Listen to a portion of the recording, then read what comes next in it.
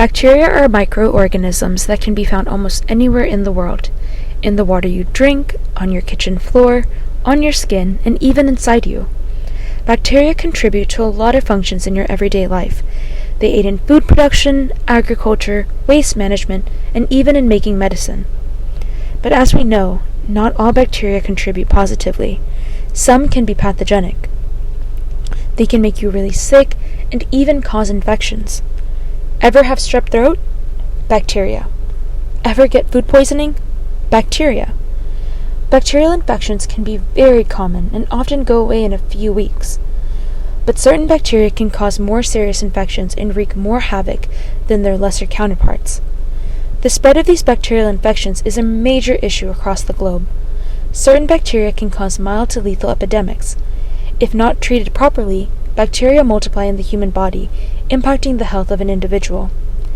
However, with the discovery of antimicrobial drugs, we are now able to kill or neutralize certain molecular aspects in the bacteria to ultimately inhibit the further growth of the microorganism. For example, certain antibiotics can inhibit cell wall synthesis in bacteria, ultimately stunting their growth. Antimicrobial drugs have helped millions of people all around the world.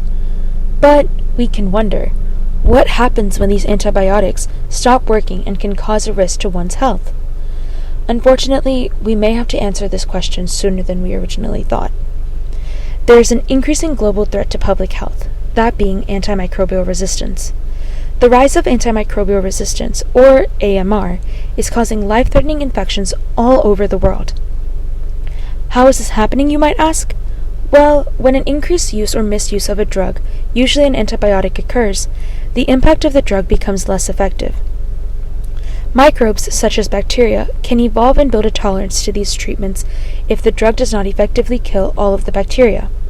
The one remaining bacteria will survive and create more bacteria that are now equipped with the genetic material to survive as well. Many bacteria evade antibiotics by lessening the potency of the chemicals present in the medication. Mutations within the bacteria can stop antimicrobial drugs from working effectively in the body. Because of this, resistance against these drugs increases, causing more harm and preventing infections from being treatable. Areas like the US and Europe show a significant increase between 23,000 and 25,000 deaths caused by antimicrobial resistance. The detriment of this increased AMR can manifest in many ways. Parasitic infections such as malaria are becoming harder to treat. According to the Center for Disease Control and Prevention, an estimation of 445,000 people have died due to malaria, and the exposure of transmission to such diseases is prevalent in approximately half of the world's population. A bite from an Anopheles mosquito injects the Plasmodium falciparum parasite to grow and spread within the human liver and red blood cells. Antimicrobial drugs such as artemisinin prevent the growth of Plasmodium falciparum. However, the recognition of 15 different mutations caused the alteration of a single amino acid in the K13 protein, leading to the ineffectiveness of artemisinin. The role of artemisinin resistance permits Plasmodium falciparum to remain in the bloodstream and build more toxins, which increase the complications and symptoms within the patient. To minimize the action of artemisinin resistance, the identification of such mutations can further on more research and experiments to help eliminate the widespread of malaria around the world. Increased diagnoses in STDs and STIs are causing overuse of antibiotics.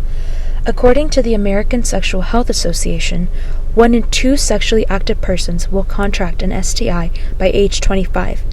And CDC estimates that approximately 820,000 new gonococcal infections occur in the United States each year.